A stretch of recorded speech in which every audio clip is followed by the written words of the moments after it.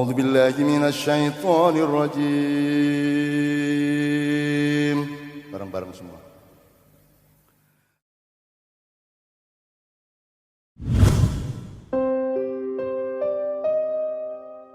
Yang menjadi kegalauan saya, kenapa Tuhan memilih saya untuk hidup, untuk ada.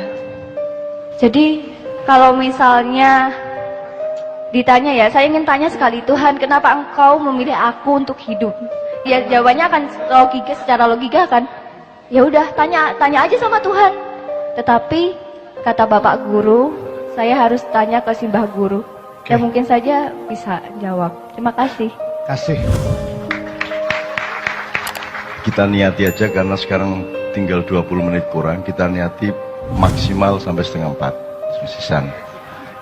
Saya harus singkat dan saya mohon izin Sabrang dan Mas Suko untuk ikut mengingatkan. Tapi saya pasti tidak akan saya uraikan terlalu mendalam.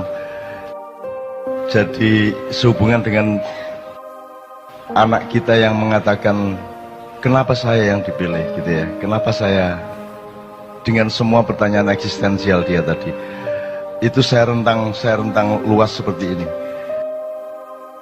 Sabrang mengatakan beda antara identitas dengan personalitas.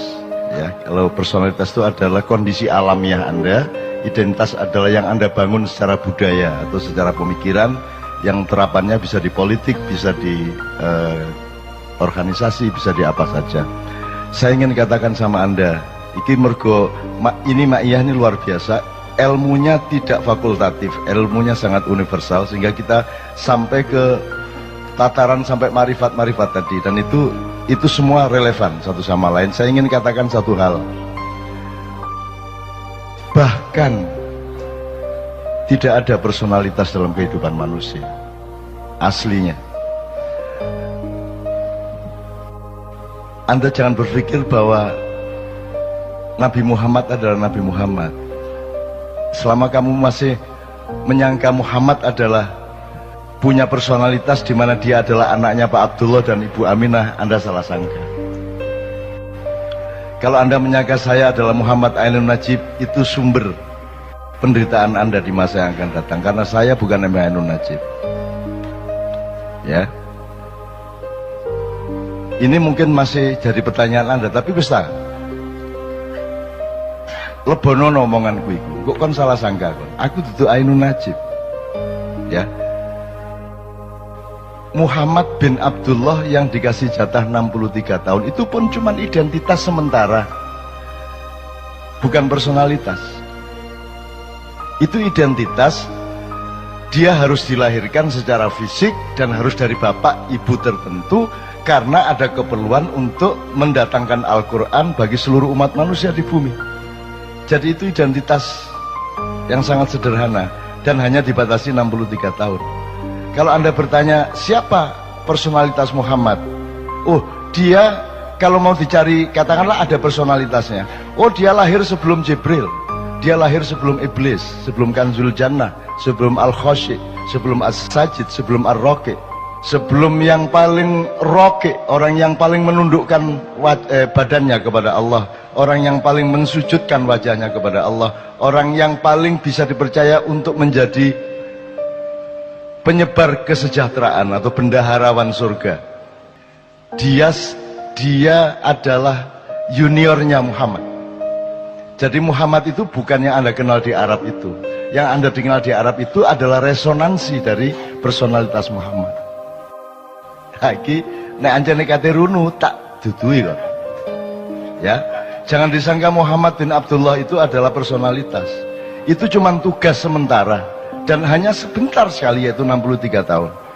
Jangan disangka bahwa dia sebuah diri. Dia hanya sebuah peran. Ya mas. Kalau dicari, oke, kalau masih ada personalitasnya, ya Nur Muhammad, cahaya Muhammad, Big Bang kata orang modern. Di mana Allah menciptakan cipratan cahaya yang kemudian menjadi kumparan-kumparan, terus kemudian membelah-belah menjadi planet-planet dan galaksi-galaksi, satelit-satelit dan matahari-matahari. Jadi Muhammad itu lahir sebelum alam semesta. Muhammad itu lahir sebelum Iblis, apalagi Jibril. Maka Jibril itu adalah juniornya Muhammad. Maka kapan saja Muhammad memanggil Jibril, Jibril akan datang. Bahkan iblis yang disuruh berperan untuk menjadi musuhnya manusia dan musuhnya Muhammad itu bisa dipanggil, didawui, ditimbali oleh Muhammad kapan saja, dan apapun yang ditanyakan oleh Muhammad dijawab oleh iblis dengan sejujur-jujurnya.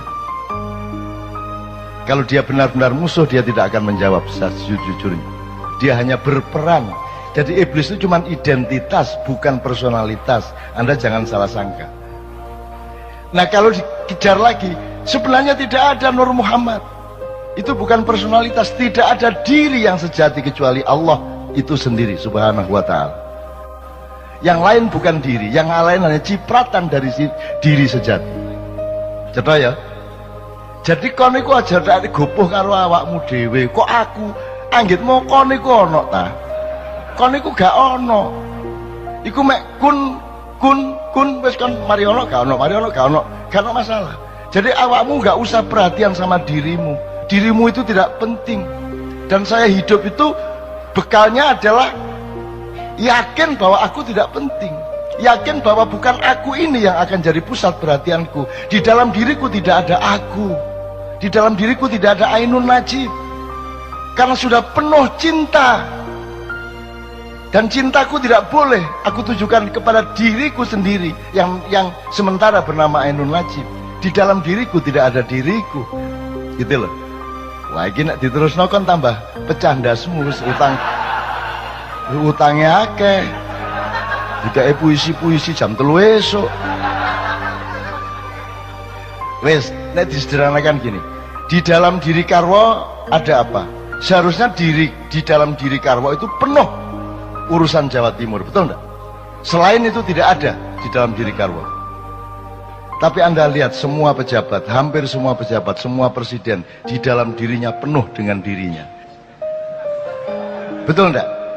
Sehingga dididik bela diri karena perhatian utama dia adalah kepada dirinya yang dia sangka ada. Kalau Anda ingin menjadi orang besar, kalau Anda ingin meraih kebesaran, Anda tidak bisa memanggul kebesaran dan tidak bisa menjadi kebesaran itu selain Anda bergabung dengan kebesaran sejati, yaitu Allah Al-Akbar. Kalau Anda bergabung dengan kebesaran Allah, maka engkau menjadi bagian dari kebesaran itu. Anda tidak bisa diganggu gugat oleh siapapun saja. Gitu ya. Jadi aku nang anakku sing arek ndi kemarin Malang tadi. Sing Nadia, ya bener. Nadia apa yang sebelumnya? Ya Nadia. Nadia, kamu ndak usah pikirin dirimu sendiri dan ndak usah kok aku lah anggitmu aku iku sapa? Kon iku sapa anggitmu? Gak usah kok perhatian awakmu iku.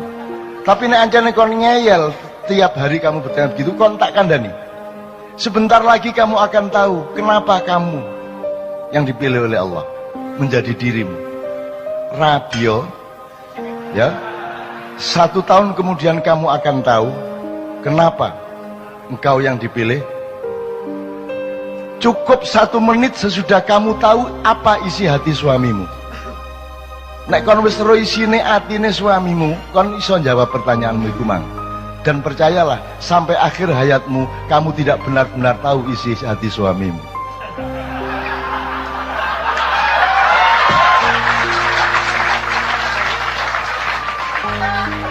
Wis ta aja adik percaya karo sapa-sapa kejaba karo Gusti Allah. Bojomu nuroni kon bayangno Luna Maya iku.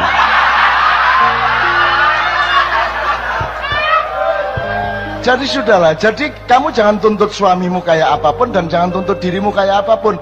Penuhilah dirimu dengan pekerjaan-pekerjaan dan perbuatan baik yang Allah perintahkan. Jadi dirimu adalah perbuatan baikmu itu, bukan Nadianya, bukan yang kamu sangka dirimu itu. Jadi orang yang masih sedih, orang yang masih pesimis, orang yang masih tidak punya semangat adalah orang yang salah sangka terhadap dirinya sendiri. Dan karena dia salah sangka kepada dirinya sendiri, maka dia juga salah sangka kepada dunia, dia salah sangka kepada apa saja, apalagi kepada Allah Subhanahu wa taala. Dia pasti salah sangka. Wes ya. Cik iso diterusno iki, tapi cukup ya. Cukup. Dah.